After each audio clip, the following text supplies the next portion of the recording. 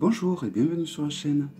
Donc dans cette vidéo, je vais vous présenter tous mes jeux, Oracle et Tarot, qui ont comme thème l'époque victorienne. Donc j'adore les jeux qui ont ce thème, car tout simplement, je les trouve magnifiques. Voilà, j'aime beaucoup les dessins. Donc voilà, alors j'en ai plus que ce que je vais vous présenter. Ce que je vais vous présenter, ce sont vraiment ceux que je préfère, ceux vraiment pour lesquels j'ai un énorme coup de cœur.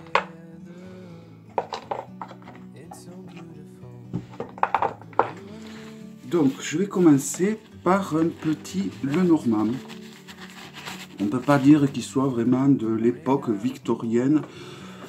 Mais bon, je l'ai mis avec parce que il a quand même des dessins un peu anciens. Les robes ou les habits des personnages font victorien quand même, hein, mine de rien. Donc il a les contours or antique. Voici le dos. Les cartes sont de très bonne qualité. Il vient des maisons Malpertuis. Donc la personne qui a créé ce jeu est morte. Donc si ce jeu vous intéresse, ne tardez pas à vous le procurer, car bientôt, je ne sais pas s'ils rééditeront ces jeux. Bon, c'est un jeu de cartes auto-publié.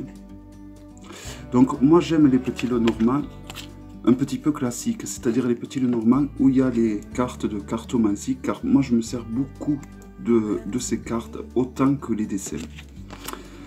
Donc j'adore ce jeu, tout simplement. De par sa rareté, de par sa conception. J'aime bien les jeux de cartes qui font un peu vintage, et celui-là c'est le cas. Hein. Il est vraiment de très bonne qualité. Et il est tout simplement magnifique, quoi. Vous voyez, les habits, on peut dire que c'est un petit peu l'époque victorienne.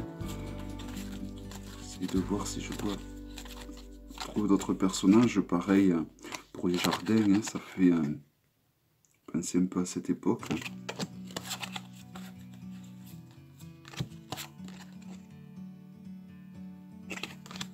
Voilà, c'est un très beau jeu, magnifique maison, hein, ou manoir, même on peut dire. Voilà, c'est vraiment un jeu vraiment magnifique. Tout comme c'est lui qui a fait le tarot Twilight, je crois, j'ai du mal avec le nom, un tarot qui est un peu flippant, enfin, c'est moi qui ressens ça, hein, c'est pas la majeure partie des personnes ne ressentent pas ça. Voilà, donc un magnifique petit Lenormand. Donc, je vais vous présenter d'abord les oracles donc les petits Lenormand. Donc j'ai qu'un petit Lenormand sur l'époque victorienne, et évidemment le Sweet Lady Oracle, donc de Celia Melesville. Un jeu tout simplement magnifique à tous les niveaux. Voici la boîte intérieure, magnifique, boîte solide, un guidebook assez conséquent, mais comme Celia l'explique, on peut l'utiliser sans guidebook car il est très parlant. Voici le dos. Les cartes ont un toucher vraiment tout doux. On dirait qu'elle y a mis de l'adoucissant, je ne sais pas. Mais bon, les cartes sont super douces, très agréables au toucher. Elles sont vraiment très agréables au toucher. Donc un peu comme l'oracle des reflets au final. On y met un petit peu, il faut s'approprier ce jeu, et on peut y mettre nos propres définitions que l'on ressent lorsqu'on voit l'image. Donc voilà, je trouve que ce jeu est tout simplement magnifique. C'est le seul jeu avec un autre que je vais vous présenter de Baba Studio, mais celui-là il a la qualité, chose qu'il n'y a pas dans le jeu de Baba Studio. Ce sont les deux seuls jeux où ils ont de belles couleurs, parce que souvent les jeux que vous avez vu, le Malpertuis que je vous ai présenté tout à l'heure, le petit Lenormand, il a des couleurs un peu ternes. Là vous voyez les couleurs, comment elles sont flashy, c'est vraiment, les couleurs elles sont magnifiques. Et voilà, les cartes au toucher, elles sont super agréables. C'est important le toucher des cartes, mine de rien. Hein. Et le rendu des couleurs est tout simplement magnifique. Hein. Donc bon, après, au niveau de la luminosité, c'est pas top parce que j'ai pas allumé une lumière, mais je pense que ça...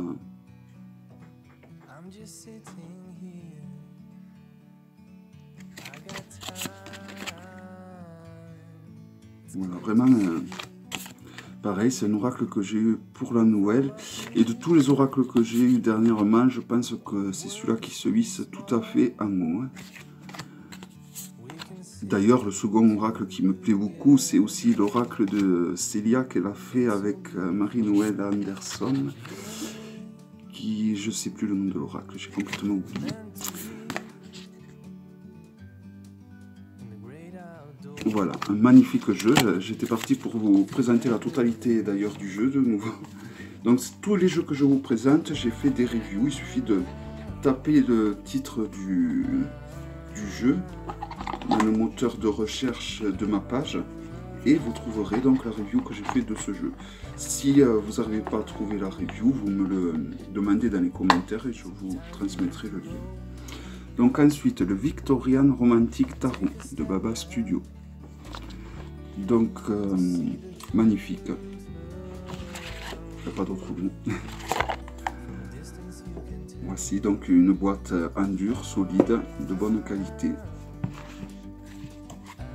Et voilà, et les dessins sont tout simplement magnifiques. Donc je vais commencer par quelques mineurs.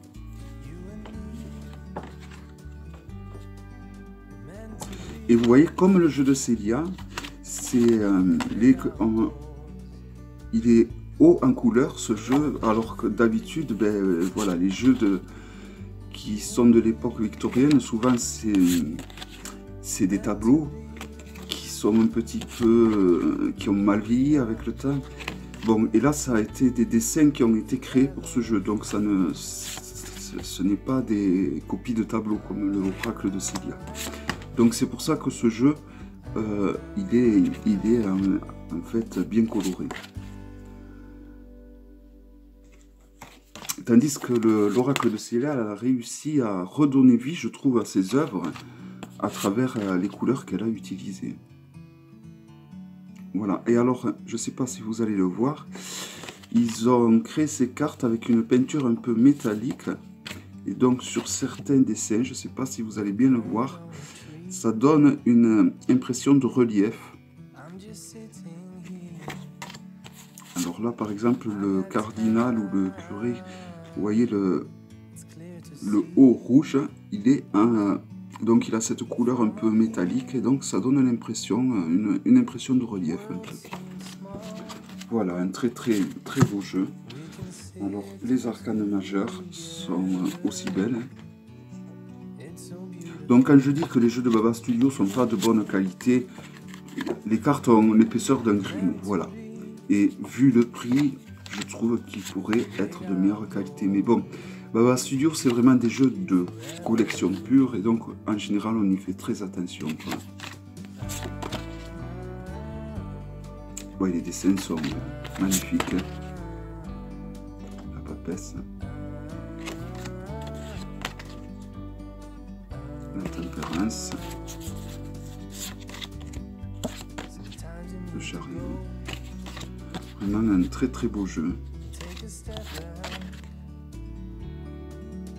La justice, il a été présenté plein de fois. Hein. J'essaie de voir des cartes de la Maison Dieu. Là, il s'agit d'un naufrage, donc pour trouver le côté positif, là, pour le coup, c'est pas évident. L'impératrice. Donc il n'y a pas de numéro sur les arcanes, donc ceux qui sont habitués au Marseille peuvent mettre la force après la justice, et ceux qui sont habitués au rider, vous pouvez mettre la justice après la force. Les amoureux.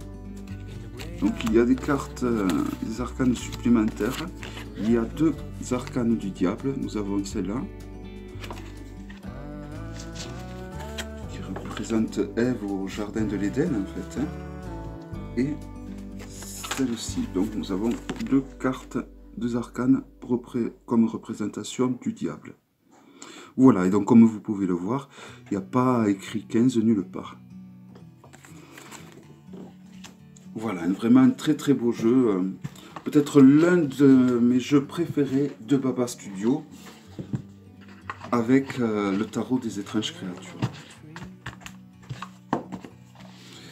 Et là, un jeu de Tarot Studio, excusez-moi, le Revival Art Tarot.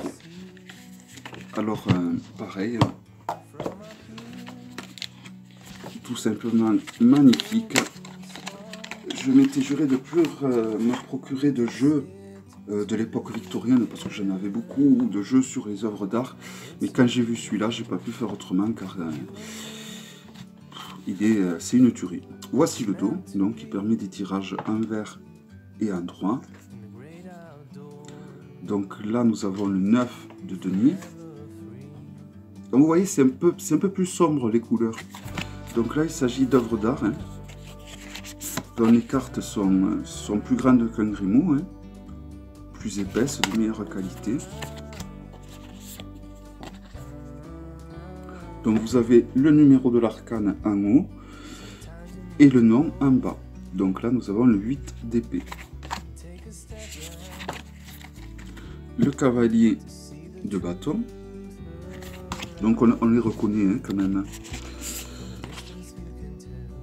Le 3 de denier. Donc là, au lieu de mettre pentacle, ils appellent coin, qui veut dire denier en américain, je présume, ou en anglais. Je ne trouve pas d'arcane majeur.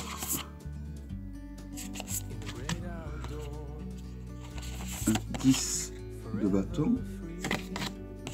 Valet de bâton. C'est vraiment un très très beau jeu. Pareil, il a un toucher très doux, les cartes sont toutes douces. Donc là, nous avons l'ermite. Très joli.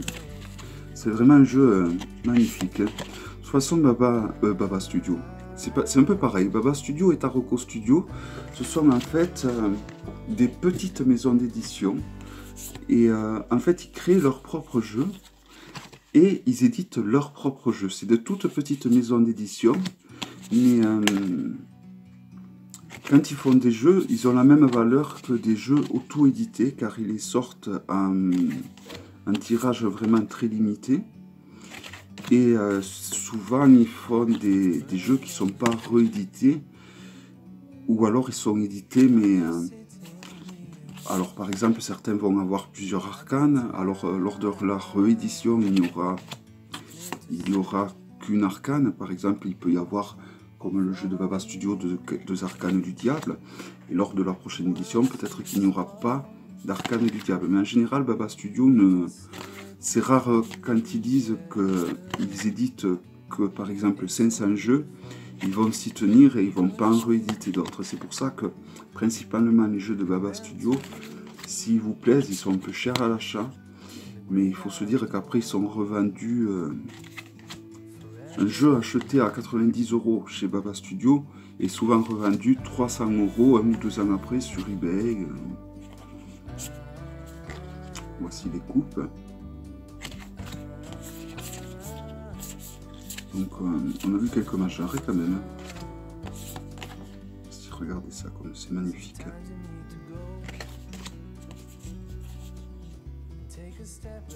Donc l'as d'épée.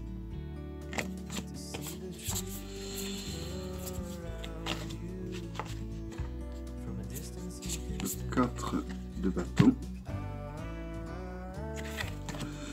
Donc pour le 6 de bâton, nous avons un roi de France. Je ne sais pas si c'est pas Louis XIII, mais j'en suis pas sûr. Car il me semble reconnaître le cardinal de Richelieu dans le coin. Hein. Louis XVI, Louis XIII, hein. Mais je ne suis pas sûr. Hein. Et j'ai du mal à trouver des arcanes majeurs ici. Hein. Voici le pendu. Le pape, les exécute à la fin. Les amoureux, magnifiques. Hein. Le chariot, magnifique également. La force.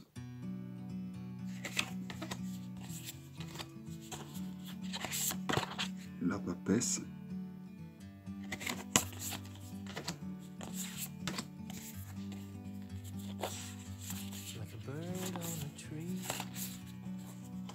Et la reine d'épée. Voilà. Donc pareil, si vous voulez voir la présentation complète de ce jeu, j'ai fait une review déjà. Donc vous me le demandez dans les commentaires si vous ne le trouvez pas. Et je vous transmettrai le lien. Et pour accompagner tous ces jeux, j'ai rajouté un tarot de Marseille. Voilà, que je me sers comme base. Alors j'ai pris l'un de mes tarots de Marseille préférés, qui est le tarot de Claude Burdel, qui m'a été offert par une amie. Donc ce tarot de Marseille, il me plaît énormément. Et j'ai choisi celui-là parce que c'est un tarot de Marseille qui est très fleuri, on va dire.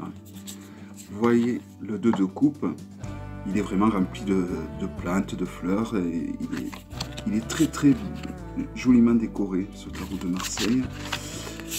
Et c'est pour ça qu'il me plaît beaucoup, ce tarot de Marseille. C'est les bâtons. Voilà, je trouve que c'est un très beau tarot de Marseille. Donc un tarot, c'est un tarot historique. Hein. Et j'aime beaucoup, c'est le fait qu'il soit comme ça, rempli de fleurs. Regardez ce joli as de denier. C'est pas le plus joli des as. Hein. L'as de coupe est rempli de détails.